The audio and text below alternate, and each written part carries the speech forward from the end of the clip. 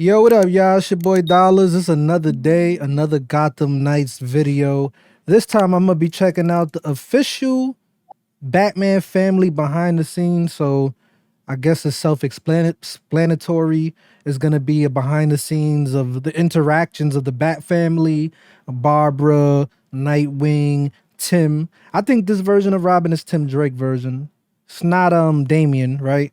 So yeah, Tim and Jason Todd, man, this is dope.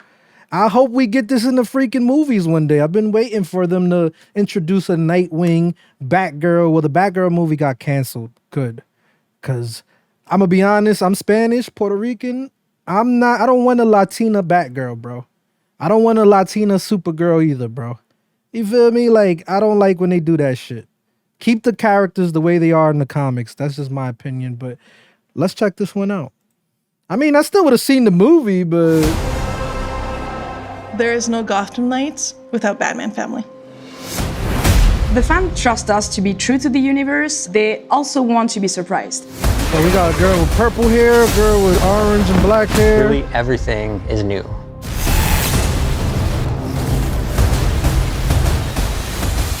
Batman family means different things to different people. We have chosen to explore the theme of found family within the context of Batman family. There's been a big fracture in the Batman family. They're at odds at each other. They're fighting. They're not a cohesive group. They've never Batman had the is chance dead. to work together because they've all been working fairly independent with the exception of Robin. As you progress through the entire game, you're going to see this gradually change. Move. I'm gonna solve this case my way. I think each knight embodies some of those traits just at different times. Nightwing can have the attitude sometimes, maybe Batgirl the other times, and even the tough guy, Red Hood. You know, he can be the more passionate one at times. But the one thing they all share is that drive to become the next knight. They don't start in perfect harmony. They don't start with perfect balance because they're dealing with a lot of trauma and a big loss. Stop it! You wanted us to work this together. But throughout the game, they come together, and that's for a very simple reason. They've chosen to care for each other, and they've chosen each other as a family. Now you're talking. We have character arcs for each of our knights with key cinematics that unlock from start to end of the game. Through these arcs, we explore different things with each of our knights. One thing we delve into is how trauma can affect memory, how grief can linger, and isn't just resolved in a single moment, or even might not be about just a single loss. When the fans found out that Batman was dead in our game, some of them were expecting to see him. Most of the fans saw the opportunity to experience the universe their own way with new heroes, new dynamics, and as a family.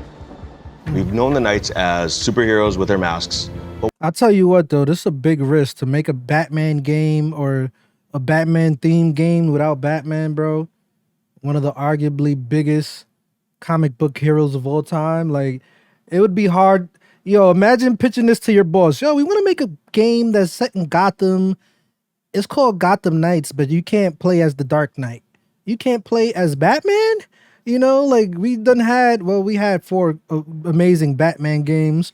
I have not played the Telltale Batman games yet, and I've been dying to play those games. I actually have it on my PS5. I've been dying to do like a Let's Play of the Batman Telltale because I did the Walking Dead one, season 1.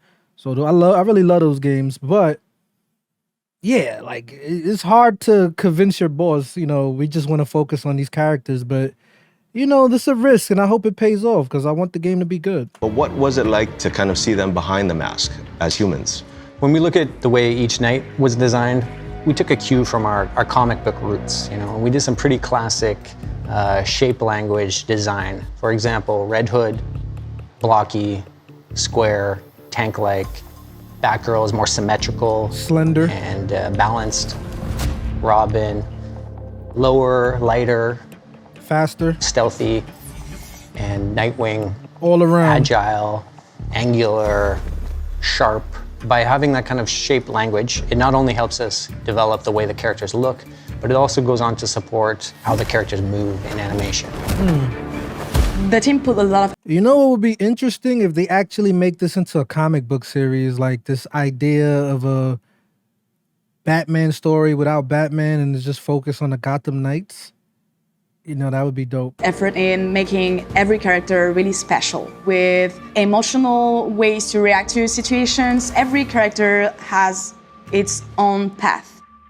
We worked with Wilson and the cinematics team to make sure that we could showcase their progression, not just in the things they say, but also in what they do. We wanted to create a custom experience for the player and for the viewer to kind of see that they're going to structurally have the same scene, but they're going to see that scene with their own flavor depending on who they play. They all look related. Clear out now. You'll regret it. Having a very solid foundation with the performance of the actors was critical because we got that nice base level. Once we take that, we actually bring it with the animators to kind of fine-tune and really improve everything, bring those facial emotions, putting their take on it. And this is something that we really wanted to make sure that we got it right. In the Belfry, we see the Knights as humans, as young people talking to each other, having a life, wearing more contemporary, normal clothes.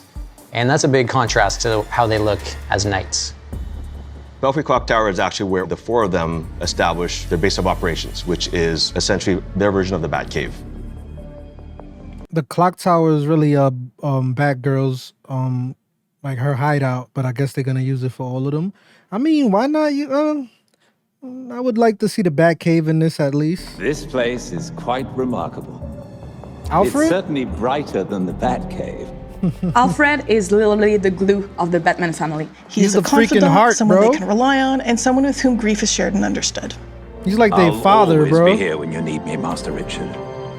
When any of you need me. It's funny because he's like their father, but they always he's always talking to them like a butler, but it's just the professionalism of Alfred, bro. Previously, Alfred had to really manage Bruce by himself. Now fast forward to Gotham Knights, now he has four versions of Bruce that he has to manage. He is steady and endlessly reliable, but he also will not put up with anyone's nonsense.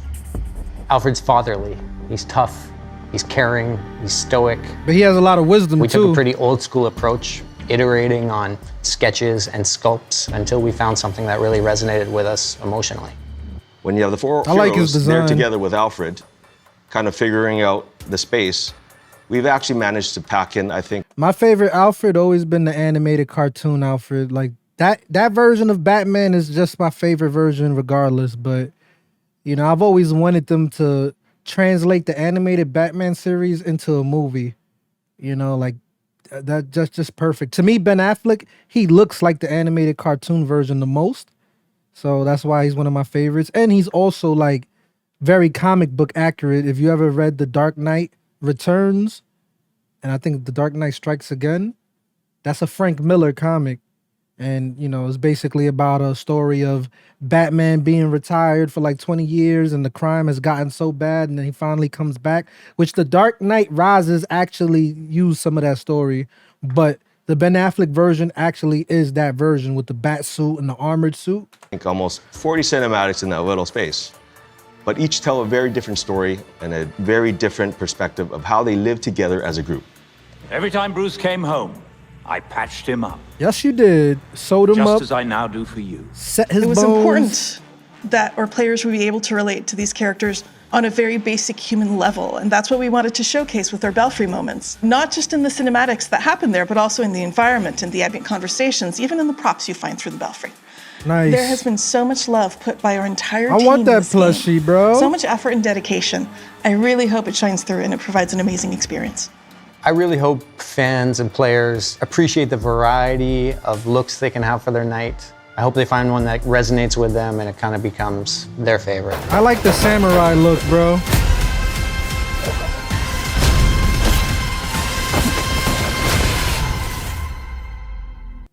It would be nice too if you could actually choose the color on all the design. Like you could have different designs, but each of those designs you can change the color to how you want it.